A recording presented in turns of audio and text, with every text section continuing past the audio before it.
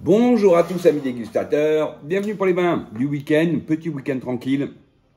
Alors, ce qui ne nous a pas empêché de boire évidemment de jolis vins, comme d'habitude, à commencer par ça, ce Gevrey Chambertin du domaine Rossignol-Trapet, les Cherbaudes, millésime 2014. Alors, ça fait partie, donc je suis allé à la cave, j'ai rapporté plein de bouteilles, donc beaucoup évidemment pour les 10 ans du millésime, donc 2014. 2014 en Bourgogne, c'est pas un millésime qui m'avait beaucoup plu moi d'entrée de jeu. J'avais trouvé que les matières étaient, enfin il y avait des vivacités assez fortes, les matières étaient pas, peinaient un peu les enrobés, puis elles étaient un peu anguleuses. Je vais vous dire, je m'en rappelais plus trop, mais alors avec cette première dégustation, c'est exactement ce que j'ai retrouvé. Même si là le vin est très joli parce que maintenant ça se boit bien, là il est à maturité.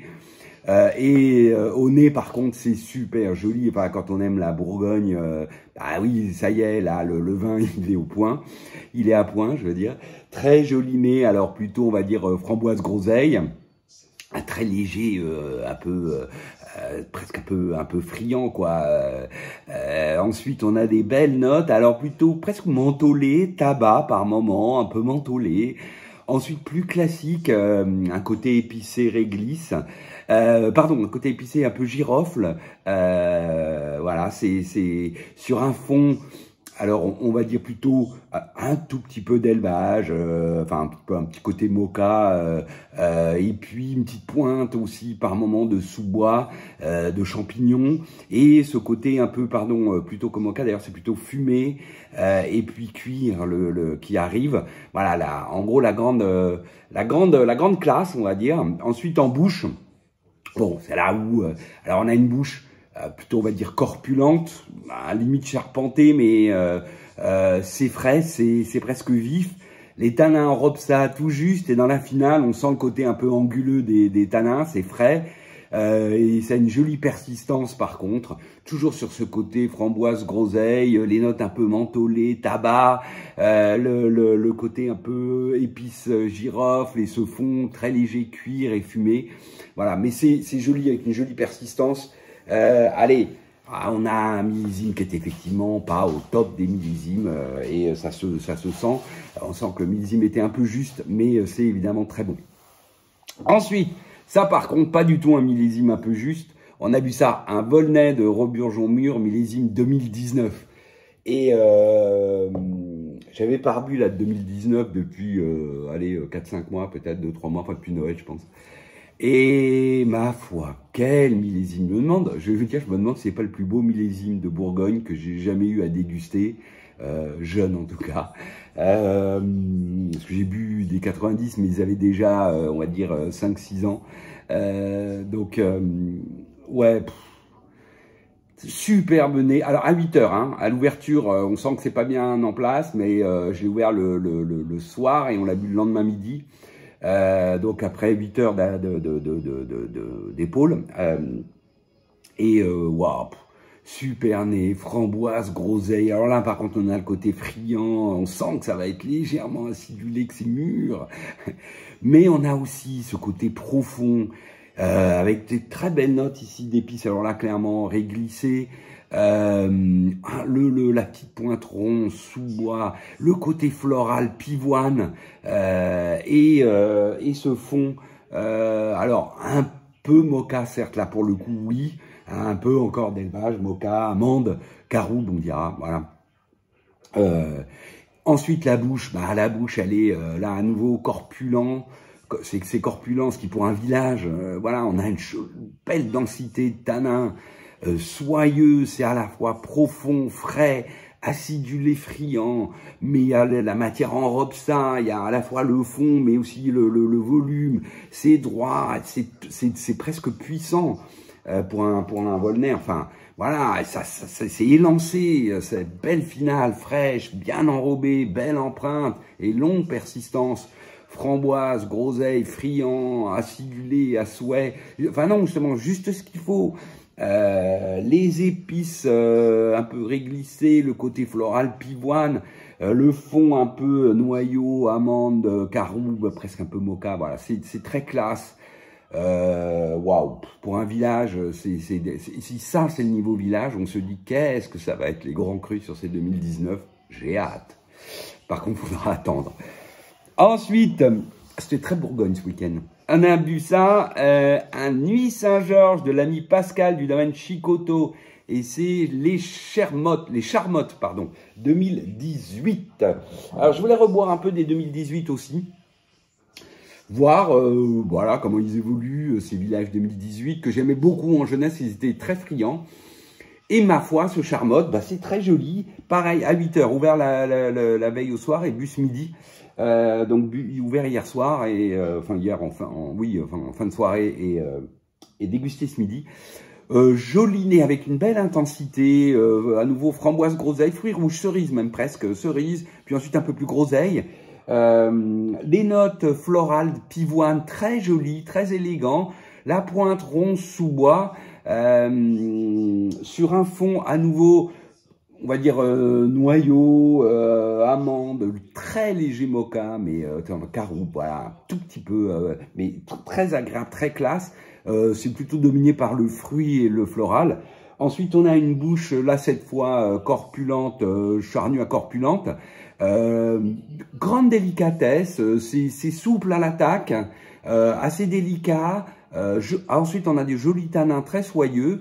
Ça reste fin, mais je pense que ça, c'est les Charmottes. Moi, j'aime bien ce vin-là, qui est toujours très délicat et fin. Puis ça se resserre, on a la fraîcheur qui arrive en fin de bouche, avec une finale fraîche, tonique, plutôt dynamique, on va dire, et une jolie persistance.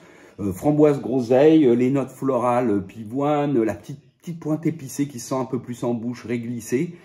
Sur ce fond, allez, on va dire noyau d'amande léger, très léger, mocha,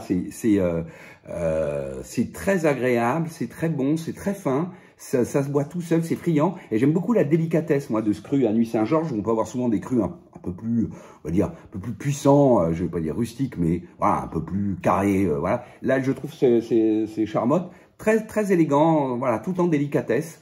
Enfin voilà, j'ai bien aimé, comme vous l'avez compris, ce joli cru de Nuit Saint-Georges. Et puis ce soir, on va ouvrir un grand classique de la maison. Toc, un Sancerre de l'ami Pinard, c'est Harmonie, à nouveau de 2014. Comme je vous dis, hein, j'ai rapporté pas mal de 2014 de la cave. Alors c'est marrant parce que ce que je peux dire sur le millésime bourguignon, je peux presque dire pareil en Sancerre. On a un joli nez, tiens, mais il est là d'ailleurs, hop là. Donc on a un joli nez, pas si variétal que ça. Moi je pense qu'on pourrait être à Chablis. Pourquoi? Parce que alors on a le fruit blanc, un peu plus fruit jaune ensuite, mais on a ces fameuses notes un peu champignons, sous-bois, presque avec une petite pointe un peu tourbée. Alors c'est pas mousseron comme on a à Chablis, mais on est quand même pas loin, mais surtout on a ensuite une petite pointe végétale, mais vraiment, qui est plutôt d'ailleurs foin humide plus que buis acacia. Hein. Et puis ce fond surtout de pierre mouillée, roche mouillée, pierre mouillée, presque coquille d'huître, qui fait aussi assez chablisien.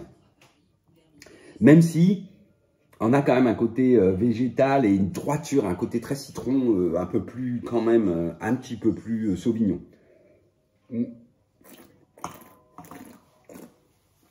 C'est en bouche, où là, alors la bouche, elle est presque acérée, quoi. C'est droit. Alors, il y a de la matière, c'est dense.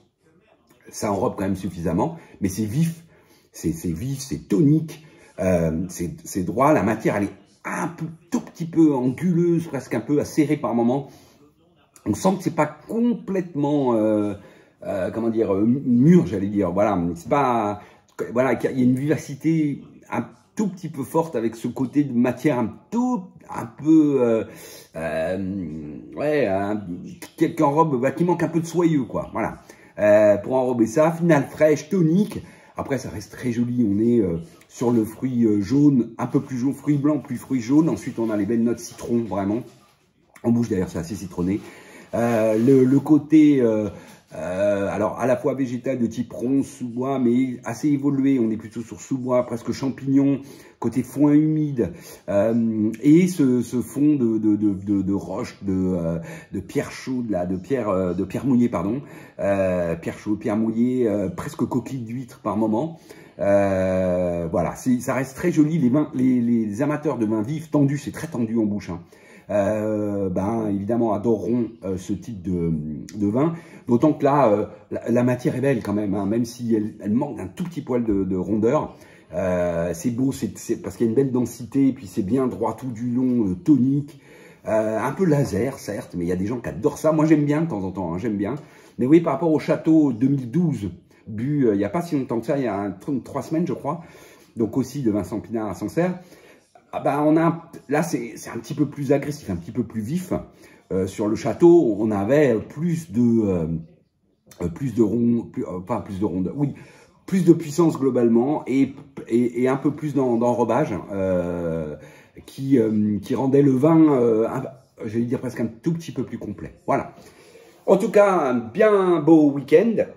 Et finalement, c'est vrai que ce millésime 2014, alors on n'a pas bu de Bordeaux, mais c'est pas non plus un grand millésime à Bordeaux, mais il y a des jolies choses quand même à Bordeaux. Mais c'est finalement assez joli en Bourgogne aujourd'hui. Pas le plus grand des millésimes, mais c'est joli. Et je dirais idem à Sancerre, en tout cas chez Vincent Pinard. J'ai ramené aussi du Boulet, donc on pourra voir la différence. Mais c'est quand même très agréable à boire aujourd'hui. Au bout de 10 ans, ça le fait tout à fait. Et moi qui aime, évidemment, qui aime ça, hein, moi j'aime le vin. Oui, voilà, j'aime, c'est bon, ça fait plaisir. Allez, ça fait plaisir d'avoir gardé les vins. Pour arriver à ça, on se dit, ouais, j'ai bien fait. Voilà, allez, sur ce, je vous dis à tous à la semaine prochaine. Salut.